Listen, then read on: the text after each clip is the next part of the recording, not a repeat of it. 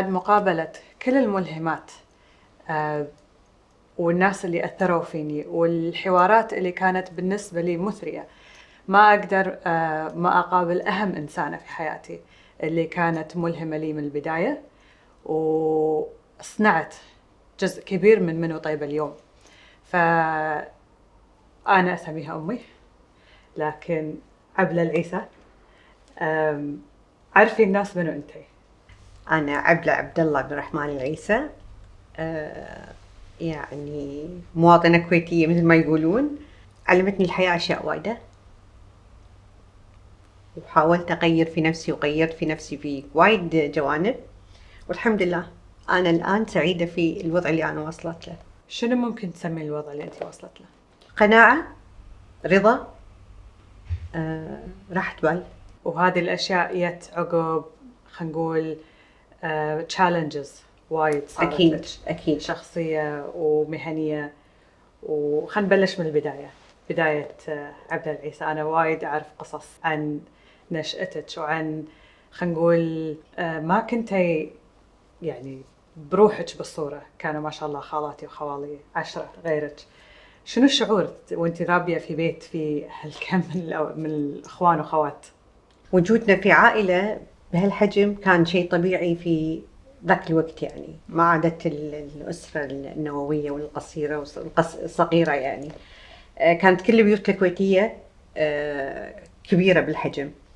فأنا أشوفه يعني بعد ما صغرت الأسرة، أشوف إن الحجم الكبير وايد كان حلو. يعني كنا نقعد نسولف نلعب، في خبرات مشتركة، في أشياء يعني جميلة. بس الله يعين أمي لأن العدد مو شوية يعني. ففي ذاك الوقت كان في مفهوم إن الخوات والعمات كل من له دور يربي. يعني مثلا أنا رحت ربيت في بيت الغنيم عند خالتي اللي هي أخت أمي، وأنا أسميها أمي الحين، صارت أمي عايشة فالله يرحمها. وكنت صغيرة يعني قبل لا أدخل الابتدائي يمكن، وظليت عندهم إلى أن كملت رابعة ابتدائي. بعدين رحت مرة ثانية بيتنا، صرتي واحدة من هال 11. صرت واحدة من 11. بس طبعا يعني فيها ميزة وفيها يعني سلبياتها. لما كنت في بيت الغنيم عند أمي عايشة كان يعني الفوكس علي أنا، كانت هي تربيني بنفس الوقت، يعني ما عندها غيري المدللة.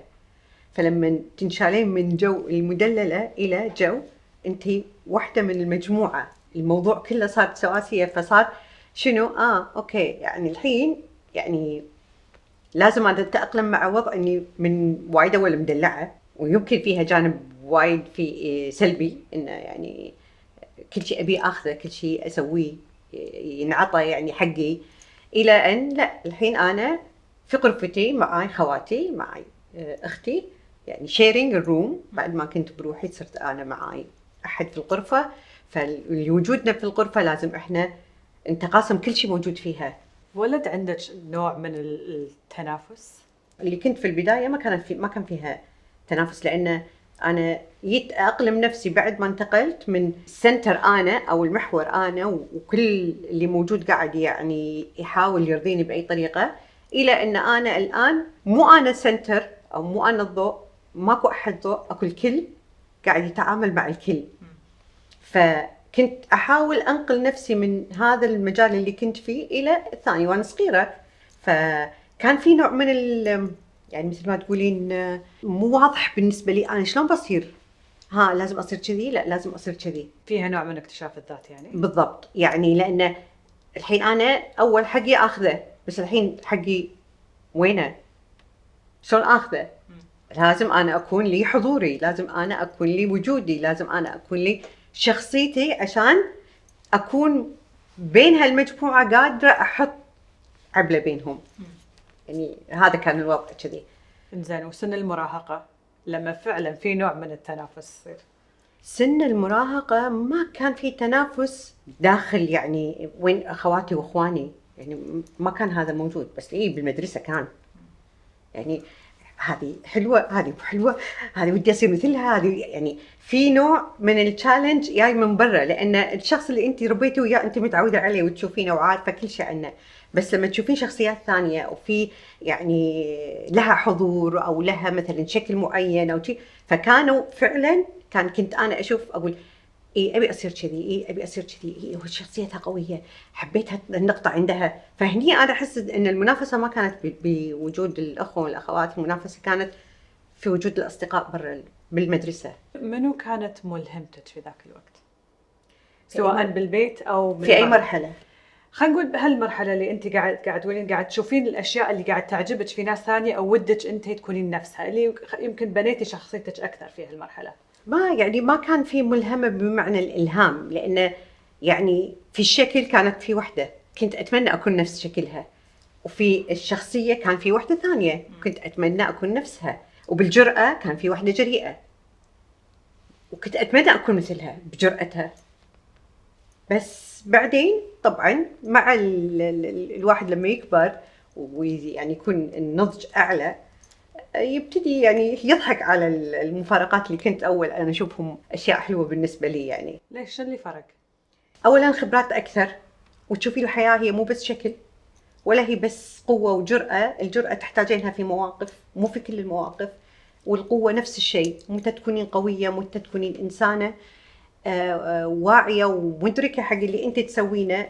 كل شيء يحتاج له موقف، لان بعضهم يعني جرأتهم خاصه ايام الثانويه كانت عندنا واحده وايد جريئه اللي يعني كل يوم فاصلينها وكل يوم معاقبينها يعني فهذه كنا احنا نشوفها بطله. بس بعدين لما كبرت وعرفت قلت لا، هاي مو بطوله، يعني مو بطوله اني انا اكون مشاغب، جرأه في انك انت لما تين تقررين انك تسوين شيء وانت مقتنعه في كل تبعاته تسوينه.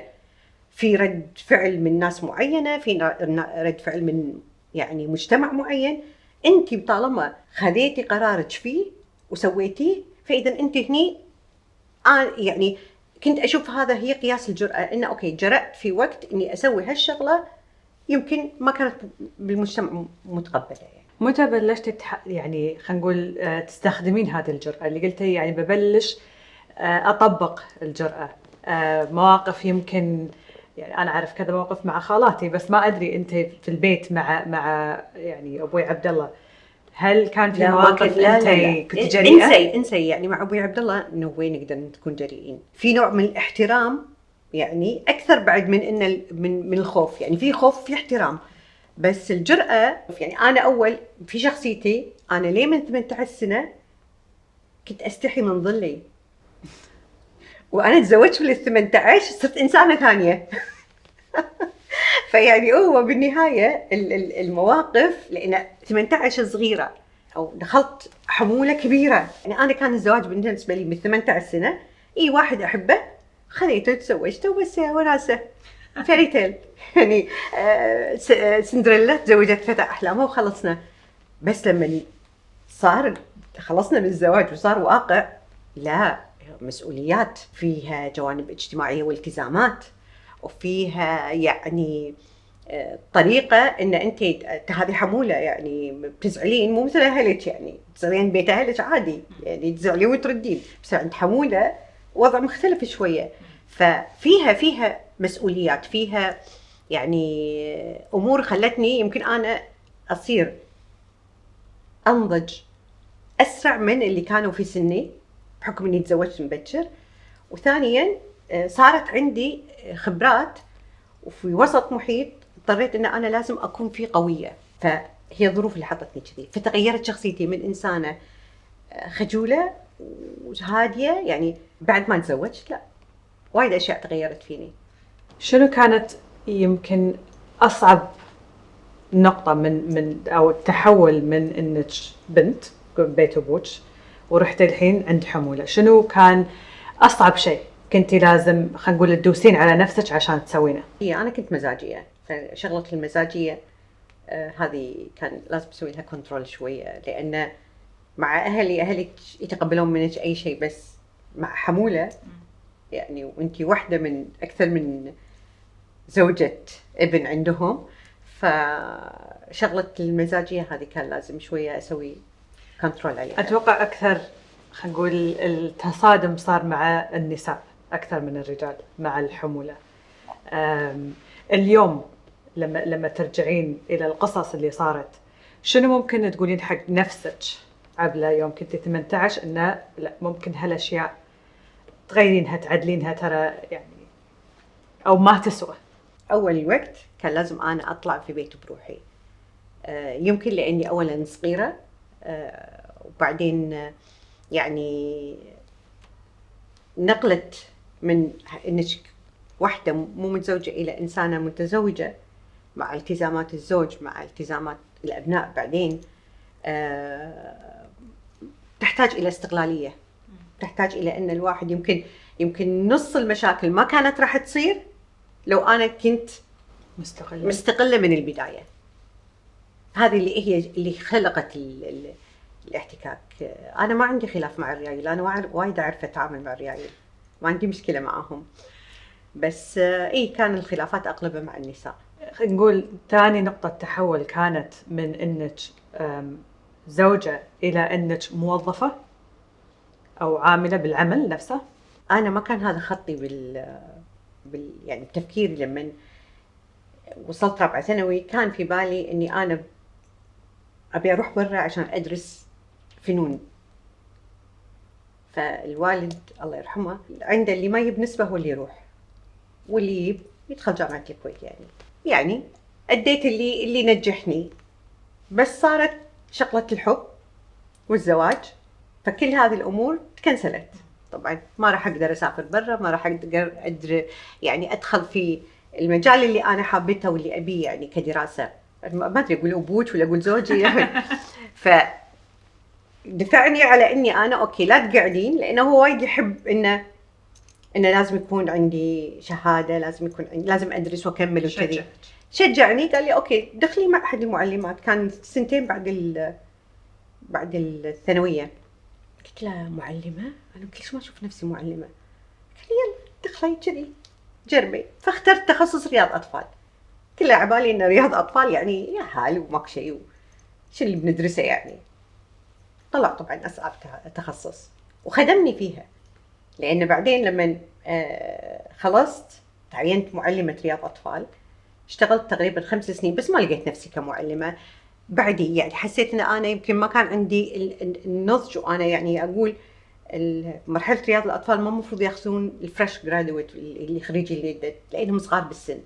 المفروض ناس اكبر عمرا واكثر خبره، لان قاعد يتعاملون مع الطفل. ما كان لي خلق يعني. انا كان عندي وقتها احمد ولدي بس، فما لي خلق اللويه يهال وصيحتهم وكذي. طبعا جبت بدريه ويبتج. وصلت مرحلة قلت خلاص يعني ما أقدر أتحمل إني أنا أكون مدرسة. فقال لي أخذي بعثة كملي ماجستير يعني. فقلت له أوكي كمل ماجستير أحسن، خليني أصد شوي يمكن أرجع يعني شوي عندي شغف أكثر، أو أكون يعني نضجت أكثر. فكملت الجامعة في التخصص رياض الأطفال. فأذكر هذه وقتها أنتوا صغار بالمدرسة يعني، أنتوا تدرسون وأنا أدرس وياكم يعني. ترقيت كوظيفة إشرافية يعني، صرت مشرفة فنية يعني. بس تل ما حسيت إن هذا يعني الشيء اللي أنا أبيه. قدمت على الماجستير مناهج طرق التدريس. وايد استفدت، وايد تعلمت، وايد حسيت إن أنا هذه الصدق هي النقلة اللي كنت أبيها. فلما خلصتها صرت في الجهاز الإداري، صرت في التوجيه الفني، وبعدين صرت مدير مناهج، بعدين صرت مدير تخطيط، بعدين صرت مدير تطوير وتنمية. فأحس إن هذا كان العمل الإداري هو اللي كنت أنا أحبه يعني شوفي متى اكتشفت نفسي يعني بعد ما مريت كل هالخبرات. اكتشفت إن أنا أوكي فادني سلك التدريس، بس ما كان هو اللي يرضي الشغف اللي عندي. فلما تحولت إلى المجال الإداري أبدعت فيه. حسيت إن أنا أوكي يعني قادرة إني أخطط، قادرة إني أحط أهداف وأنفذها، قادرة إن أنا أكون في موقع متخذ القرار وأتحمل نتيجة قراري. فحسيت إن هذه this is me، هذه شخصيتي يعني اللي أنا أبيها. أنا من الأساسيات اللي أبي أفهمها، وعندي أنا ما أقول قناعة بس وصلت إلى استنتاج إن بخبرتي، طبعا متواضعة مع خبرتك، لكن بخبرتي هالسنين اللي اشتغلت فيها، المرأة مو صديقة المرأة خصوصا بالعمل. طبعا تشوفينها في الحياة الشخصية والاجتماعية، لكن تبرز أكثر بالعمل. شفتي هالشيء؟ شفته، بس عشان أكون صادقة وصريحة، يعني ما أبي أظلم بس المرأة، لأن أحيانا حتى الرجل يكون يعني عنده جانب من الغيرة إذا كان الشخص يعني خاصة إذا كان هو مسؤولك وأنت قادرة تبرزين ويبين هو شلون يعني أقل، يبتدي يحارب. يعني هذه شفتها. إنزين، شلون تغلبتي على هالأمور؟ شلون قدرتي تتعاملين أو تتأقلمين مع شخص أنت عارفة أنه هو مثلا بمرتبة أعلى منك، أنت مضطرة أنك تمشين على كلامهم، لكن أنت عارفة أن مستوى اللي أنت بتقدمينه أعلى من هالشخص. شنو اللي سويتي؟ 37 سنة خبرة اللي مريت فيها، كان في واحد إنسان الله يرحمه، عبد الله رجيب، هو الوحيد اللي كان يؤمن بالتغيير، يؤمن بالفكر الجديد، ويشتغل كتيم وورك. لاحظي انه يعني حتى هو مو كان بسنه ولا شيء، بس كان مؤمن انه هذا الشغل فريق. الغالبيه انت تسوين كل الشغل، هو يشيل ويحط اسمه ويروح يقدمه، ما ياخذ التيم اللي سوى هذه الشغله. على الاقل لو صار في نوع من الاسئله او شيء، انه اوكي التيم ممكن يجاوب عليه، لانه بالنهايه هو حط ايده بالشغل، فما راح يعرف. وانا اقصد هو يعني ما اقصد كرجل ان المراه او الرجل. فللاسف الماجوريتي كذي. لما كنت مديره اداره ومسؤوله عن ادارتي، كل اللي انا اقدر اسويه انه احط وجهه نظر الاداره في هذا الموضوع وارفعه، فهو متخذ قرار. هذا من جانب العمل. بس أكيد لها يعني إسقاطات نفسية سلبية، إن شغلي وأحد يحط نسب اسمه له. لا طبعا أنا أقول لك، يعني أولا الإحباط اللي تعيشين فيه، يعني أنت أو الفريق اللي وياك، بعدين لما تشوفين إن الإعلام لأنه هو أعلى كتايتل، صار الضوء هناك. المشكلة إن حتى الإعلام لما يجي يناقش ما يناقش في الموضوع نفسه، يناقش كديكور لتلميع هذا الشخص، وإنه قدم وإنه سوى وإنه حط. يحر يعني حسب نفس الواحد إنه أوكي، يعني سألوا في الموضوع عشان تعرفون هو فاهم للشغلة ولا لا. اقروا الشيء اللي موجود. يعني أنت يا صحفي do your homework واقرأ، عشان أنت لما تيجي تواجه شخص تعرف أنت إيش قاعد تسأله فيه. بس بالنهاية طلع الموضوع هو يعني كمسؤولين يحتاجون إلى الأضواء تصير عليهم، ولازم تكون في عملية تلميع. يعني أول كنت أحتار وأتعب نفسيا، ويعني بعدين قلت أوكي هذا الوضع، فأي كويت. من الأشياء اللي أتذكر كنت تحرصين عليها من وإحنا صغار، اليوم عرفت شنو اسمها، بس البداية كنت تقولين لي أشياء مثل لما تلبسين لبسي حق نفسك، لما تطلعين أنت قاعد تمثلين نفسك، هو مو حق الناس، هو حق نفسك. وبعدين مع الوقت كنت ماني فاهمة ليش كنت يعني تركزين على هالأمور. بعدين اكتشفت مع الوقت إن هذا جانب من حب الذات، وجانب من الاهتمام بالنفس للنفس، مو حق خلينا نقول شنو الناس تقول ولا يعجب ولا ما يعجب أحد. يعني تسوينه حق نفسك. مهم بالنسبة لك حب الذات وايد. إنزين، شنو هو حب الذات بمفهومك؟ لما أنا أحب نفسي وأتقبلها وأستوعب كل شيء داخلي موجود، راح أقدر أكون في حالة مثل ما يقولون سلام مع نفسي. راح ينعكس هذا على أدائي حق المحيط اللي يمي. إذا أنا مو متقبلة شكلي، إذا أنا مو متقبلة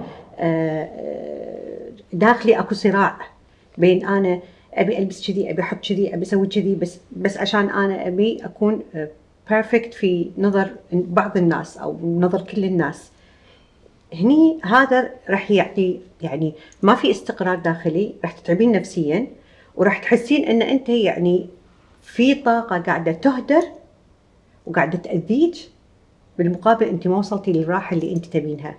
هل حب الذات بس شيء شكلي؟ انا لما احب نفسي اتقبل نفسي، يعني بشكلي مقصد باللبس، بس بشكلي بهيئتي، بملامحي، بتكويني، بشخصيتي، هذه كلها هي يسمونها حب الذات. انت لما تحبين ذاتك ما هي انانيه. هو مو احنا انربط عندنا الفتره انه لما يقولون حب الذات هو الانانيه. صح. هي مو انانيه. شو الفرق؟ في فرق بينهم. الانانيه ان انا اكون كل شيء انا ابي حق نفسي، انا احب نفسي بس انا ابي كل شيء حق نفسي. ليش ما ممكن يكون هذا حب الذات؟ لا، حب الذات انت لما تقبلين نفسك كما انت، كما كونك، بشكلك، بطريقتك، بتفكيرك، بشخصيتك، هذا انت ما تغيرين عشان تكونين نسخه من فلانه او علانه. هني انت وصلتي الى الرضا النفسي، رضيتي عن نفسك بشكلك، فهني انت صار عندك نوع من الراحه والاطمئنان، تقبلتي شكلك وقبلتيه، فصار عندك استقرار، فبديتي تحبين اللي دار مدارك، تحبين نفسك، تحبين تساعدين غيرك. لكن لما انا اقعد بانانيه كل شيء لازم يكون لي، كل شيء حقي انا ومن بعديه الطوفان، هذه الانانيه، هذه ما عادت حب ذات، هذه اصبحت قوه تسلط، ان انا ابي كل شيء يكون لي انا. شلون طبقتي حب الذات؟ أنا هل شيء وجد من البداية ولا شيء مثل ما قلتي مع الوقت عرفتي شنو هو حب الذات، ولا يعني كان موجود بس بعدين اكتشفتيه؟ لا، يعني أنا مع الوقت بديت أكتشف الأشياء، يعني أكو أشياء كانت تضايقني وكنت أسويها، سواء كانت بكونها علاقات اجتماعية أو كانت بوجودي مع أشخاص أحس إن هم وجودهم يسبب لي نوع من الضيجة، بس كنت أجامل فيها. لما أنا بديت أفهم نفسي وبديت أحس إن هذه الأماكن أو هذه التجمعات أو هذه مثلا المجموعة وهذه الإنسانة قاعدة تسبب لي نوع من الأذى، ليش أنا أجامل؟ ليش أنا أروح وأقعد وأسوي على أساس إنه لازم أنا أكون من ضمن الشلة الفلانية أو من ضمن المجموعة الفلانية أو لازم أنا أكون بالحدث الفلاني؟ لا، مو ضروري. الحياة حلوة بدون هالأشياء. يعني أنا كنت في فترات أبدل وأنا أقول أنا مو رايحة مستانسة، بس أنا I have to. ليش عبلة you have to؟ ليش؟ هني وقفت، هني بديت أقول لا، إذا أنا مو مرتاحة أروح المكان مو ضروري، اعتزل ما يؤذيك. زين، وإذا ما يؤذيك هم ناس قراب بالنسبة لك أو ما مزعجين، ما أقطعهم. قراب بالنسبة لي وواجبي إن أنا أوصلهم، بس أحاول تكون قعدتي معهم جدا قصيرة، أحقق نروح من هذا. إذا كان لهم مشاويرهم، زياراتهم، أروح أقدرهم وأيهم وأقعد وأسوي الموجب اللي عليه. بس إني أقعد اليوم كله وأسمع كلام ولا أسمع نجرة ولا أسمع جو مو طبيعي، لا، أنا ما ملزومة فيه. هني أنت شلون يعني تسوين هذا التوازن في حياتك؟ شلون تقدرين تقلصين كل الأشياء اللي قاعدة تزعجك؟ هذا حب ذات. أنا أحب نفسي، ليش قاعدة أذيها؟ ليش قاعدة أجلدها؟ وأقعد أقول صار كذي لأن أنا سويت كذي، صار كذي لأن أنا سويت كذي. لا، صار كذي لأنه صار كذي. سوء تفاهم. إذا الإنسانة هذه تعز علي وأحبها أرفع التليفون وخلص الموضوع. إذا هي شخص عابر في حياتي أو في جلسة أو في شيء، خلاص لازم أقطع عشان أنا أرتاح وأكمل حياتي بدون لا يكون عندي ترسيبات. أنا أذكر لما كنا في أناندا، أول رحلة رحت قعدت مع واحد من مدربي اليوغا، فقال لي شغلة عمري ما انتبهت لها. قال لي كل يوم لما تروحين على فراشك تنامين، استرجعي يومك، كل شيء فيه نيجاتيف او في سلبيه، حاولي تسوينه بايجابيه. يعني وحده قطت عليك كلمه او شيء، قولي اوكي ما يخالف، اعذرها، يمكن هي اليوم نفسيتها مو زينه مثلا، او هي يمكن عندها ظروفها. ليش؟ لان يقول لازم تنامين وهذا كلير صافي، لانه بعدين راح يخزن في اللاشعور، وتظلين طول الوقت مجرد ما تشوفين هالإنسانة أنت تتوترين، يعني في إسقاطات داخلية. فقعدت أفكر، قلت صح، يعني إحنا كلنا إذا قعدنا قلنا هذه قالت كذي وهذه سوت كذي وهذا سوى كذي وهذا سوى كذي وأنا ما سويت شيء، وأنا الحوار هذا مؤذي للنفس. فخلص أقعد وأقول أوكي، ما أدري شنو ظرفهم، ما ادري شنو ظرف يعني بالشغل عنده شيء، واحد نرفز عليك بمحل، يعني ما ادري، الله يساعده، ما ادري شنو ظروفه يعني. بس قبل لا انام اشيلها عشان ما يصير عندي اسقاطات داخل. اللي تشوفينه اليوم، انت اليوم اون سوشيال ميديا، او حتى الناس اللي تشوفينهم يعني من مثلا ربعنا ولا بنات ربعك، اللي قاعد يسوونه اليوم حب ذات ولا انانيه، ولا اختلط عندهم الموضوع؟ يعتمد كل واحد شنو حاط، شنو الغرض من انه هو حاط الاكونت ماله. في ناس حاطه الاكونت شو اوف، يعني يستعرضون شنو عندهم، يستعرضون شنو قعداتهم، يستعرضون شنو حطهم في بيوتهم، وهذا نوع من الاسقاط يعني. لان يعني مو لازم نعرف ان يعني شنو انتم لابسين او شنو انتم حاطين، او ان حتى الماركه لازم احطها قدامي عشان تبين ان هذه يعني اللي ذي كوبينج البراندز من فوق لحدر. ليش؟ اذا انت انسانه معروفه ويدرون الناس اذا شنو انت تملكين او شنو عندك، ما في داعي ان انا اي شو اوف، لان انا معروفه منه. اذا انا توني محدثه نعمه فهذا موضوع ثاني، لان كالاشياء احس ان هي اللي بتسوي لي برستيجي. فعرفت شلون؟ يعني الهدف من كل واحد يختلف، شغله معينه يعني، او يتصرفون تصرف معين. يعني اللي يحاولون يصيرون كوميديان، او يحاولون يصيرون يعني اللي ما ادري، يعني اللي تشوفين تصرفاتهم تقولي ايش هالهبل يعني. وايد اكو منهم السوشيال ميديا، هذيل لانهم يبون يكونون تحت الضوء، عندهم مشكله ما. فانا ابي فولورز، والفولورز يعني اللي يوني ماكو مواضيع سطحيه قاعد اضحك واعيب واسوي وكذي، ماكو شيء، ما قاعد اقدم. يعني انت لو بتشوفين في بالسوشيال ميديا ماكو ماده، ايش قاعد تقدمون؟ ولا شيء، بس الناس تلحقهم لانه شفتوا شلون سوت كذي او سوت كذي او حط كذي او حطت كذي. بس قلتي انا في ناس تلحقهم، فاذا انا عندي مليونين، لان طبيعه البشر بلاقه الشف وهذا حدث صار لازم نشوف، يعني للاسف. وانا اعتبر هذا جزء من ثقافه المجتمع، لان صار المجتمع يعني في فكر ضحل كبير لدرجه ان صارت الاشياء اللي تفاهات هي اللي طالعه. الحين انت يو هاف ان اكاونت اتس برايفت، بس ادري ان عندك فولوور بيس كبير، وفي وايد منهم يعني قالوا لي انا شخصيا ان انت بالنسبه لهم ملهمه. شنو يعني انك تكوني ملهمه لهم؟ الاكونت انا سويته لانه وايد تواصلوا معي قالوا لي بليز اكونتي الاصلي كان برايفت، اللي كان فاميلي يعني اكثر.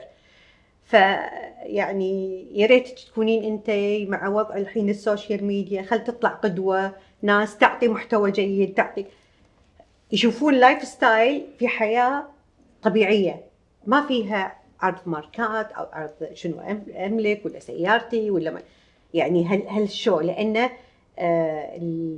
الغالبيه صار عندهم ضغط نفسي، يعني الام اللي ما تقدر توفر حق بنتها شغلات معينه، البنت قاعده تقصب الام انها تبي تلبس هالماركه، تبي تشتري هالجنطه، تبي تحط كذي لان فلانه حطت، لان فلانه حطت. فهذا يعني وايد سبب لهم، فطلب مني ففتحته. وانا بالبدايه حطيته كان عام، بس بعدين لما شفت الكراود اللي قاعد يدخل مو هو اللي انا ابيه، فسكرته وبديت يعني اختار الاكونتات اللي انا ابيها، اللي ممكن انا اقول اوكي هذيلا ماي فولورز، وهذيلا اللي انا اتوقع يعني انهم جايين بالاقتناع، لان اكو بعضهم يجون سمعوا دخلوا خذوا لهم لفه بالاكونت وطلعوا، يعني عادي اكو كذي. بس اللي قاعد هو اللي يظل شايف ان انا قاعد اقدم شيء يعني، او قاعده اعرض شيء فيه قيمه. الحلو في الفئه العمريه اللي عندي ان انا عندي يعني متابعين من 12 سنه وفوق، يعني صغار ووايد متاثرين يعني. ولا اللي تقول انا بنتي ما عندها انستغرام بس تقعد يمي عشان تتابع مثلا حفيداتك وتستانس عليهم وكذي، ويسوون مثل ما هم يسوون يعني. فاللي قاعده اعرضه بالمحتوى قاعده اعرضها صحه عامه، قاعده اعرض علاقه طبيعيه يعني، اسره بمكوناتها، باحفادها، يعني الحياه الاجتماعيه اللي قاعدين يعيشونها، بطريقه التواصل فيما بينهم، بطريقه التعامل فيما بينهم. ما في الفاظ جارحه يعني. احنا كفايه المسلسلات عدمت عندنا يعني حتى اسلوب الحوار صار عادي يعني. ينعرض واحد يحاكي ابوه بطريقه جدا ما فيها نوع من الاحترام، او ما فيها حتى الفاظ حلوه يعني. فلما يشوفون الوضع طبيعي ولا هو تمثيل يعني. انا قاعده انقل يومياتي باهتمامي في نفسي، باهتمامي بصحتي، باهتمامي بعائلتي، باهتمامي باحفادي، بعلاقتي معاهم، باللايف ستايل مالي. حتى في ناس يقولون احنا يعني، انا مره مصورها قاعده اسوي بيض مقلي، فحطيت زوم على هذا وقاعده اقول لهم سمعوا السيمفونيه الحلوه اللي قاعده تطلع. فتقول لي واحده يعني ما شاء الله عليك، يعني احنا اكو اشياء تمر علينا ما نركز فيها، انت تطلعين هالاشياء الصغيره تشوفين فيها اشياء جميله. قلت لان الحياه جميله وفيها تفاصيل احنا مع انشغالنا ما نقدر نشوفها. فلما يكون الواحد هذا رايق وقاعد يشوف كل شيء، حتى العصفور الصبح لما تشوفينه، يمكن انت العادي تطلعين تشوفين العصافير على الشير وتغرد وشي، بس ممكن ما يلفتوا النظر، انت طايره وراك دوام وراك شنو. انا لما اشوفهم واحطهم قاموا يقولون واو، يعني اعطيتينا يعني صوره ثانيه للطبيعه غير عن احنا كلنا نشوفها ونمر عليها يعني. فتحرصين على هالنوع من النظام في يومك، ان تقومين في وقت معين، ان يعني كل شيء له وقته. تروحين الجيم، وقت للعائله، وقت حق نفسك، البروجكتس الثانيه اللي انت شغاله عليها. انا من اول كنت حتى ايام ما كنت بالدوام كنت مع ضغوط العمل كان عندي لازم اسوي جلسه مساج، لان الستريس اللي انا اشوفه بالشغل ما احب انه يكون اثر علي. فكان النمط هذا ان انا اعطي نفسي حقها موجود من زمان، ما كان شيء جديد علي. بس انا كان هاجسي بعد التقاعد انه شلون انظم حياتي، لان كان عملي ماخذ ساعات وايد يعني 4-5 ساعات، وانا من النوع اللي اقعد بالمكتب بعد انتهاء الدوام. فحسيت هني ان اذا انا ما نظمت حياتي بالطريقه اللي انا ابيها اي اند اب حالي اللي يسهرون طول الليل وينامون لين الساعه 12 الظهر، وبعدين يطلعون يروحون يا قهوه يا ماشي. مو هذا اللايف ستايل اللي انا كنت ابيه. فقلت خلاص طالما انا بعد التقاعد وانا اساسا متعوده اقعد حق الدوام من الصبح، فرياضتي لازم تكون في هالفتره. وهو كان يعني انا بالنسبه لي كان وايد قرار حكيم، لان فعلا الرياضه تعطيني طاقه وشعور يعني جميل داخلي ان انا بديت يومي فيها. احس ان انا وايد شو يسمونه مليانه طاقه فيني انجز. فابتدي اخلص باقي الامور. يعني طبعا قبل ايام كورونا كنا نروح يعني اخلص لي مهامي اللي ابيها على 12 وحده انا رد بيتي ماكسيمم. فيومي طويل في حجم انجاز عالي، وفي حقي حق نفسي اللي هي الرياضه. وبعدين عاد اشوف اسوي مديتيشن، اسوي يوغا، يعني كلاساتي اللي كنت اسويها. ايه يعني التنظيم وايد مهم. عقب هذه المرحله التقاعد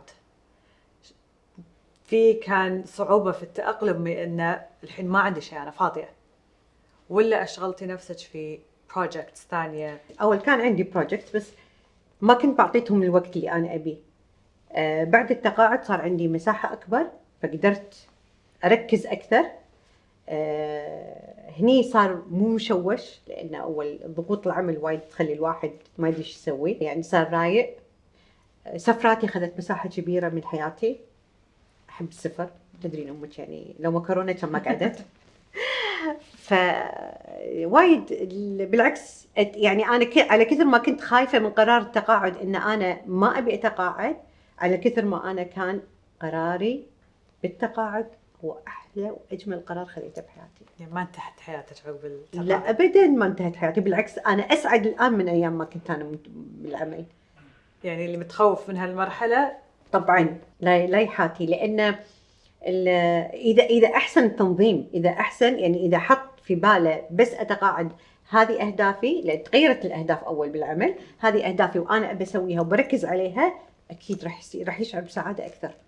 إذا عندك أدفايس تبين تقولينه حق البنات اليوم اللي ما مثل ما قلتي من أعمار المراهقة فما أكبر إلى اللي ممكن بعمرك بسنك، شنو ودك تقولين؟ خلينا نبتديها من اللي أصغر، الشريحة الصغار. هذه نصيحتي لهم. يعني إحنا لما كنا كبرهم ما كانت عندنا الظروف يعني اللي هي موجودة عندهم أو الوسائل اللي موجودة عندهم، فقللوا من السوشيال ميديا، حبوا نفسكم، تغذوا عدل، الغذاء جدا مهم، والرياضة عشان ما تعانون يعني عقب ما تكبرون. الرياضة لازم تكون جزء من حياتكم، لازم يبتدون يمارسونها من وهم صغار. احنا فاتنا شيء، ان ايامنا على وقتنا كانت بالوزارة حصص التربية البدنية كانت لها مجال كبير، الآن انلغت أو قلصوها، فأثرت علينا بحيث أن إحنا ظلينا يعني جيل محافظ، ما كنا.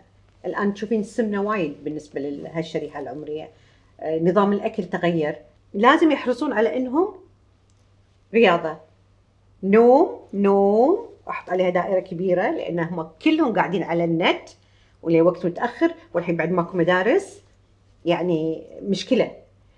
وإذا إلى جانب التغذية الصحية، أي حق الفئة العمرية اللي أكبر، اللي هم من العشرينات وفوق.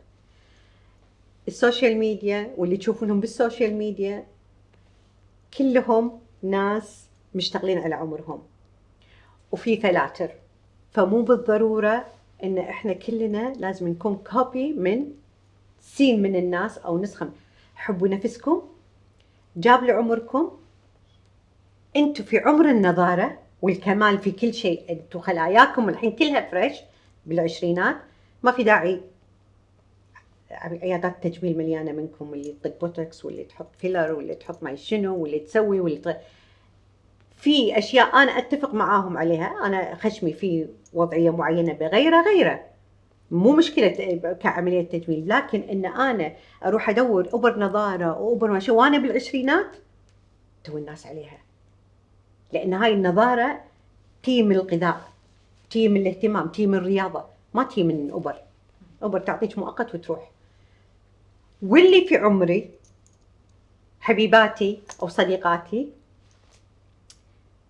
ماكو شيء اسمه عمر، أكو قدرة. إذا إحنا قدرنا نغير من سلوكياتنا، يعني اللي يقولون، وأنا وايد سعيدة في متابعاتي لأن وايد منهم تغيروا، وايد بلشوا النادي وقالوا الله يعافيك شجعتينا، وصاروا يعني ياكلون أكل صحي، ياكلون مبكر، يقللون من وجباتهم، والحين بعد مع الصيام المتقطع الهبة الجديدة، فيعني خذوا. بس في شريحة لا زالت يعني دائما أولها ما نعبر، ذيلنا ما تساعدنا، هذيل أقول لهم ماكو شيء ما تقدرين، الله أعطانا جسم خلقها على أساس إنه هو من الحياة من نولد إلى أن يتوفانا الله، أجسامنا قادرة تشيلنا، إذا أحسننا لها أحسنت لنا. عضلاتنا إذا أنا قويتها راح تساعدني وتعيني ليل 90 إن شاء الله، لكن إذا ضمرت فأنا حتى لو عمري بال30 ما أقدر أقوم من مكاني. فلا تطالعون عمركم، تشوفوا صحتكم بالدرجة الأولى. إلى الآن إحنا تكلمنا فيه كان نصائح للجميع. أنا الحين أبي نصيحة حق نفسي. أنا اليوم في نص مشواري المهني أتعامل مع ناس وايد، خصوصاً مع نساء وايد. شنو ممكن تنصحيني أنا طيب اليوم؟ شلون أقدر أنا أدعم النساء اللي معاي؟ في المجال العملي يفترض أن الشغل كفريق عمل وايد ينجح، يعني تنجحون مع بعض. الفردية عمرها ما تنجح شخص، يعني لأنه هو بالنهاية يحتاج إلى ناس تعينه، لأن أنا قد أكون متميزة في جانب معين بس الباقين راح يعينوني في الجوانب الأخرى، تكمل بعض الصورة. عشان تكون كاملة لازم التيم اللي يطلع مع بعض ننجح مع بعض أو نفشل مع بعض. الفكر اللي لازم يتغير إن المرأة لازم ما تكون عدوة المرأة. المرأة لازم تدعم. يعني أنا الحين وعندي مجموعة من الزميلات اللي يشتغلون وياي، لما اشتغل معاهم لازم أحطهم معاي بالصورة، لازم أدعمهم، لأن نجاحهم هو نجاح لي. أنا مديرة مشروع، أوكي، نفترض الموضوع كذي. هذه اللي موجودين هم معاي يشتغلون بالمشروع بس هم وظائفهم أقل. إذا أنا تعاملت معاهم بهذه الطريقة وطلعتهم، في النهاية أنا مو بس يعني نجحت في البروجكت، أنا علمتهم أسلوب هم راح يمارسونه في المستقبل مع التيمز لما يصيرون في التايتل اللي أنا فيه. لما تكونين في موقع حاولي تغرسين هذه السلوكيات.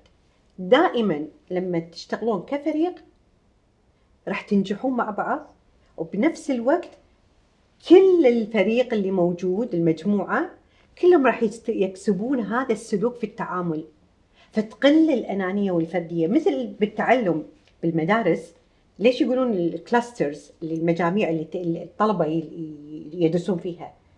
هني الفوارق هذه راح تعزز مكانة هذه المجموعة. هذه المجموعة لما تكبر مع بعض، لما they achieve something they achieve it مع بعض، يحققونه مع بعض. هذه المجموعة أنا عودتهم يتعلمون بطريقة فريق عمل. إحنا ما تربينا على إن إحنا دائما الفردية، الون مان شو، المهم أنا أطلع بالصورة. هذه لازم تنتهي.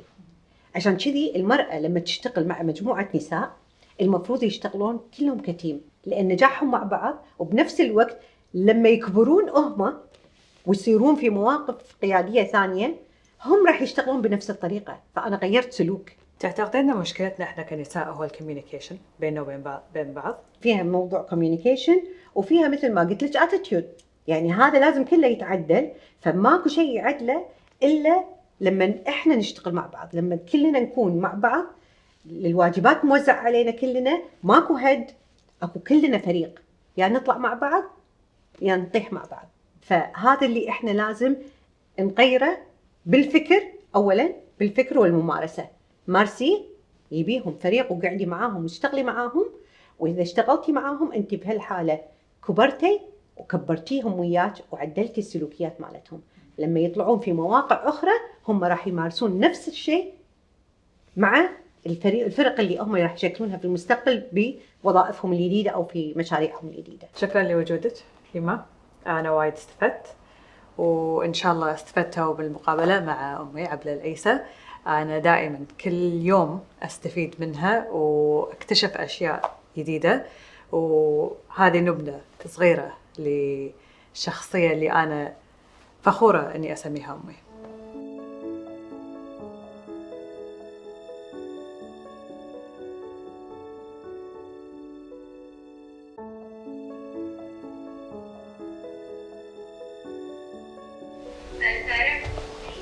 شكرا عبد العيسى ولا شكرا أمي؟ شكرا، أنت بتقابلي بروفيشنال. أيوة حلو.